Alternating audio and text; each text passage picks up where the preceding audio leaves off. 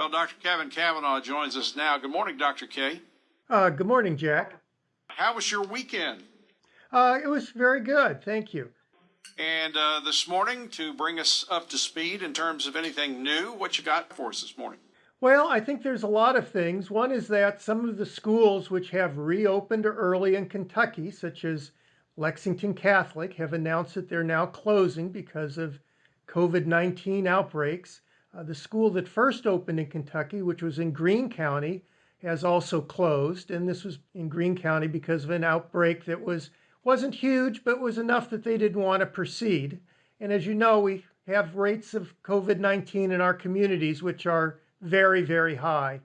If we were to look at New York is struggling with opening schools, but their positive rate with their tests is less than 1%. Ours has just became less than 5% on the last time the governor gave out the data. So I think opening of schools in Kentucky is still problematic. A lot of people are now talking about the ventilation and the quality of air and getting good filters and sterilization of the air. And you're starting to hear that more and more in the national media. And I think that's going to have to be one of the strategies that we have in place before schools are open, along with having N95 masks. The other article that caught my eye is the use of face shields. And there was an article out that looked at 62 workers that were visiting homes and patients with sometimes would have COVID-19, sometimes not, but nevertheless they were out there and they made 5,880 visits. And those workers, even though they were wearing masks, 19% of them came down with COVID-19. Once they added a face shield to the mask, and they then tracked these individuals, and now they had 50 workers, nobody became infected. So face shields added an extra layer of precaution to the masks. And this is something we've talked about before. And as I said, if you look at pictures from Southeast Asia, a lot of those individuals are wearing face shields and goggles plus a mask. Face shield and goggles alone are not good because of aerosolization that may occur, and it can go around the sides of the shield. It doesn't have anywhere near of a tight fit.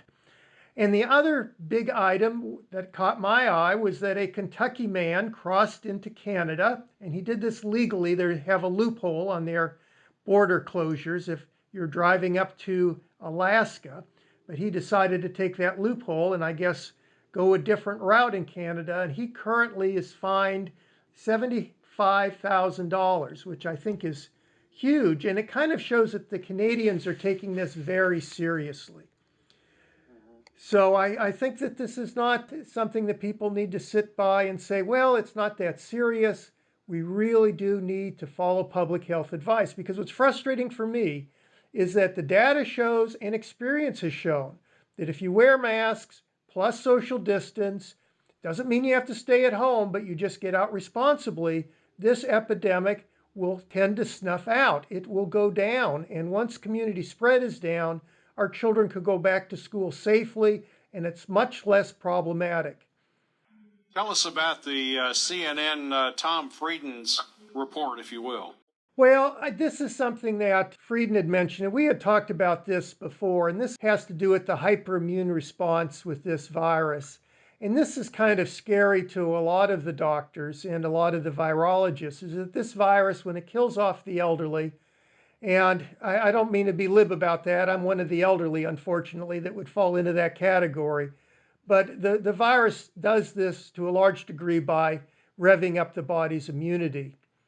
And because of this, one of the things that you want to make sure that the vaccine doesn't do that. Now, other viruses have done this in the past.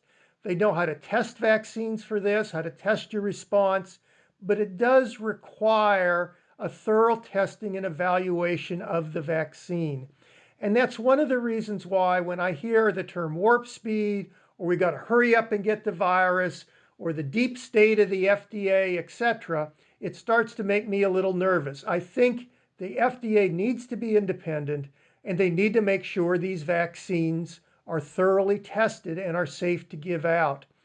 And we don't want to get into a situation where a vaccine or a previous infection or something like this, when the person gets re-exposed to the virus, they get a hyperimmune response. So we got to be careful with this, and they have to test the vaccine thoroughly. So that's one of the things we need to make sure that is happening. And that kind of brings you into the serum. I don't know if you wanted to talk about that. Yeah, very quickly. Yeah, FDA gave emergency approval for the serum. That is great. I think it relieves paperwork. About 30,000 individuals have already been treated with this. From what I can see, the results are kind of mediocre. If you have to give it within the first 3 days after diagnosis and with the highest level of antibodies in the serum, that's going to be hard to to meet with many of the patients, but it's still a good step forward. So I don't think it's a game changer, but I think emergency FDA approval was good to do, and I think the president did the correct call. Dr. Kevin Kavanagh, thank you. We'll talk to you again on Wednesday. Thank you, sir.